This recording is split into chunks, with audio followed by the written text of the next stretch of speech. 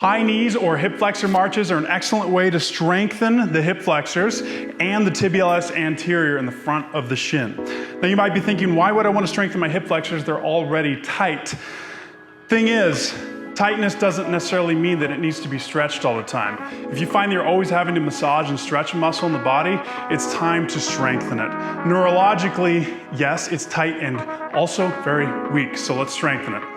Now, you're gonna need monkey foot.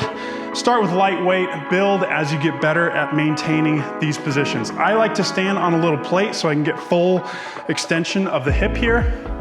This is also totally fine without a plate.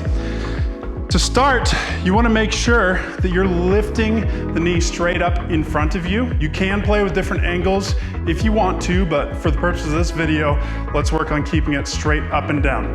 Now from the side view, we don't want to be crunching down. You want to keep your pelvis tucked, keep it nice and neutral.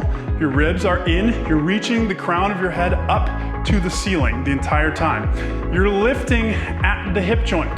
So notice there's nothing else moving here except the hip and the knee. I'm also working to pull the toe up toward the knee so that I keep that tib anterior active. And from the front view, I don't want to crunch my side body down. So again, this is staying level, this is staying neutral, and as I lift that leg upward, nice and slow, nothing else is moving, just the hip joint. You're gonna feel this a lot in the hip flexor. Make sure that you're coming down slowly, moving through the reps. Slowly, enjoy.